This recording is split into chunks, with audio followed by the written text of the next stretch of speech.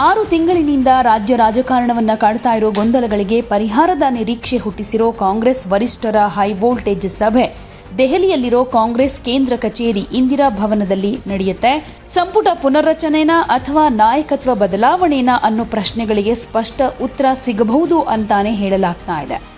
ಈ ಹೈವೋಲ್ಟೇಜ್ ಸಭೆಯಲ್ಲಿ ಭಾಗಿಯಾಗುವುದಕ್ಕೆ ಮುಖ್ಯಮಂತ್ರಿ ಸಿದ್ದರಾಮಯ್ಯ, ಉಪಮುಖ್ಯಮಂತ್ರಿ ಡಿಕೆ ಶಿವಕುಮಾರ್ ತಮ್ಮ ಬೆಂಬಲಿಗ ಸಚಿವರ ಜೊತೆ ಪ್ರತ್ಯೇಕವಾಗಿ ದೆಹಲಿಗೆ ಹೋಗಿದ್ದಾರೆ.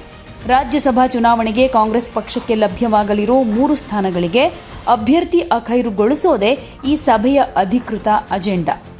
ಮಂಗಳವಾರ ಬೆಳಿಗ್ಗೆ ನಡೆಯುವಂತಹ ಈ ಸಭೆಯಲ್ಲಿ ಖುದ್ದು ರಾಹುಲ್ ಗಾಂಧಿ ಅವರು ಪಾಲ್ಗೊಳ್ಳೋ ಕಾರಣ ಸಭೆಯ ಫಲಿತಾಂಶದ ಬಗ್ಗೆ ನಿರೀಕ್ಷೆ ಜಾಸ್ತಿ ಇದೆ. ಸಭೆಯಲ್ಲಿ ರಾಹುಲ್ ಜೊತೆಗೆ ಎಐಸಿಸಿ ಅಧ್ಯಕ್ಷ ಮಲ್ಲಿಕಾರ್ಜುನ ಖರ್ಗೆ, ಎಐಸಿಸಿ ಪ್ರಧಾನ ಕಾರ್ಯದರ್ಶಿ ಕೆಸಿ ವೇಣುಗೋಪಾಲ್, ಮುಖ್ಯಮಂತ್ರಿ ಸಿದ್ದರಾಮಯ್ಯ ಹಾಗೆ ಡಿಸಿಎಂ ಡಿಕೆ ಶಿವಕುಮಾರ್ ಸೇರಿ 5 ಮಂದಿಗೆ ಮಾತ್ರ ಈ ಅಧಿಕೃತ ಆಹ್ವಾನ ಇರೋದು. ರಾಜ್ಯ ಉಸ್ತುವಾರಿ ರಣದೀಪ್ ಸುರ್ಜೇವಾಲಾ ಅವರೊಬ್ಬರು ಕಡೆ ಕ್ಷಣದಲ್ಲಿ ಸಭೆಗೆ ಸೇರ್ಕೊಳ್ಬಹುದು. ಆದರೆ ಅವರ ಉಪಸ್ಥಿತಿ ಇನ್ನೂ ಕನ್ಫರ್ಮ್ ಆಗಿಲ್ಲ. ಸಭೆಯಲ್ಲಿ ಹೊರಬರೋ ನಿರ್ಧಾರ ಅಥವಾ ಸುಳಿವು ರಾಜ್ಯದ ಮುಂದಿನ 2 ವರ್ಷಗಳ ಆಡಳಿತದ ಮೇಲೆ ನೇರ ಪರಿಣಾಮ ಬೀರುತ್ತೆ. ಹೀಗಾಗಿ ಇಡೀ ರಾಜ್ಯ ರಾಜಕಾರಣದ ದೃಷ್ಟಿ ಈ ಸಭೆಯತ್ತ ನೆಟ್ಟಿದೆ. ಸಿದ್ದರಾಮಯ್ಯ ಬಣ ಬಯಸ್ತಾ ಇರೋ ಸಚಿವ ಸಂಪುಟ ಪುನರ್ರಚನೆ, ಕೆಪಿಸಿಸಿ ಅಧ್ಯಕ್ಷ ಪಲ್ಲಟ ಅಥವಾ ಡಿಸಿಎಂ ಡಿಕೆ ಶಿವಕುಮಾರ್ ಬಣ ಬಯಸ್ತಾ ಇರೋ ನಾಯಕತ್ವ ಬದಲಾವಣೆ, ಈ 2ರ ಪೈಕಿ ಹೈಕಮಾಂಡ್ ಯಾವುದಕ್ಕೆ ಒಪ್ಪಿಗೆ ಕೊಡುತ್ತೆ, ಯಾವುದಕ್ಕೆ ಮನ್ನಣೆ ಕೊಟ್ಟರೂ ಅದರಿಂದಾಗೋ ದೂರಾಲೋಚನೆ ಏನಿರುತ್ತೆ, ಅದರ ಪರಿಣಾಮಗಳಿಗೆ ಹೇಗೆ ನಾವು ರೆಡಿಯಾಗಬೇಕು ಅನ್ನೋದಕ್ಕೆ ಸಂಬಂಧಪಟ್ಟ ಹಾಗೂ ಕೂಡ ಒಂದಷ್ಟು ಲೆಕ್ಕಾಚಾರ ಇದ್ದೇ ಇದೆ.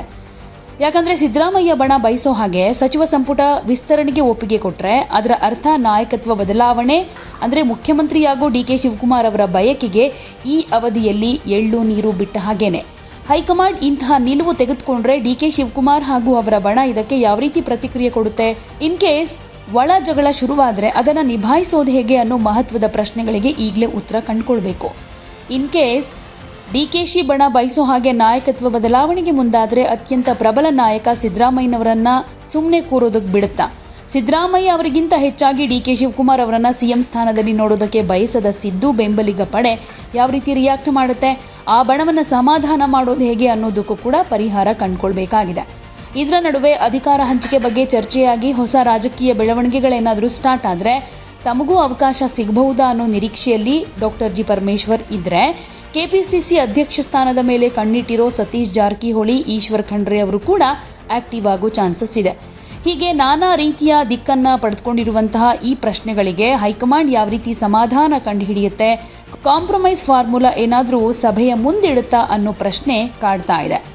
ಇನ್ನು ಡಿಕೆ ಶಿವಕುಮಾರ್ ಬಣದ ಪ್ರಕಾರ ನಾಯಕತ್ವ ಬದಲಾವಣೆಗೆ ಹೈಕಮಾಂಡ್ ಮನಸ್ಸು ಮಾಡಿದರೆ ಆಗ ರಾಜ್ಯಸಭೆಗೆ ಸಿದ್ದರಾಮಯ್ಯನವರನ್ನ ಕಳಿಸಿ ಅವರ ಮಗ ಯತೀಂದ್ರ ಅವರಿಗೆ ಡಿಸಿಎಂ ಪದವಿ ಕೊಡಬಹುದು.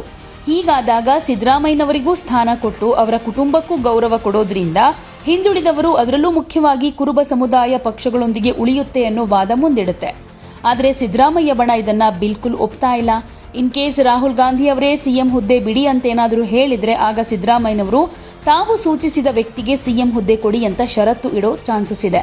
ಯಾಕಂದರೆ ಸಿದ್ದರಾಮಯ್ಯ ತಮಗೆ ಪರ್ಯಾಯವಾಗಿ ಡಿಕೆ ಶಿವಕುಮಾರ್ ಅವರಿಗೆ ಹುದ್ದೆ ಕೊಡೋದನ್ನು ಒಪ್ಪೋದಕ್ಕೆ ಸಾಧ್ಯವೇ ಇಲ್ಲ ಅಂತ ಆ ಬಣದ ನಾಯಕರು ಹೇಳ್ತಾರೆ.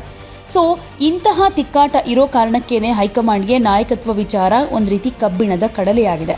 ಹೀಗಾಗಿ ಹಾಲಿ ಪರಿಸ್ಥಿತಿಯನ್ನೇ ಮುಂದುವರಿಸಿ ಸಿಎಂ ಹುದ್ದೆ ವಹಿಸ್ತಾ ಇರೋ ಡಿಕೆ ಶಿವಕುಮಾರ್ ಅವರಿಗೆ ಸರ್ಕಾರದಲ್ಲಿ ಮತ್ತಷ್ಟು ಹೆಚ್ಚಿನ ನಿಯಂತ್ರಣ, ಕೆಪಿಸಿಸಿ ನಾಯಕತ್ವದಲ್ಲಿ ಮುಂದುವರಿಸೋ ಹಾಗೆ ಮುಂದಿನ ಚುನಾವಣೆ ನೇತೃತ್ವ ಹಾಗೂ ಅಧಿಕಾರಕ್ಕೆ ಬಂದರೆ ಸಿಎಂ ಹುದ್ದೆಯ ಆಶ್ವಾಸನೆ ಕೊಡೋ ಕಾಂಪ್ರಮೈಸ್ ಫಾರ್ಮುಲಾವನ್ನು ಹೈಕಮಾಂಡ್ ಮುಂದಿಡಬಹುದು ಅಂತ ಇನ್ನೊಂದು ಬಣ ಹೇಳ್ತಾ ಇದೆ.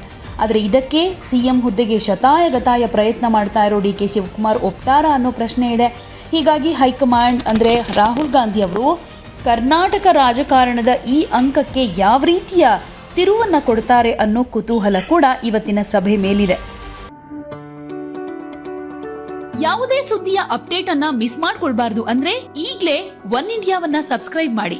ನಿಮಗೆ ಬೇಕಾದ ಭಾಷೆಯಲ್ಲಿ ಎಲ್ಲಾ ಸುದ್ದಿ ತಿಳಿಬೇಕು ಅಂದ್ರೆ ಒನ್ ಇಂಡಿಯಾ ಆಪ್ ಅನ್ನ ಡೌನ್ಲೋಡ್ ಮಾಡ್ಕೊಳ್ಳಿ.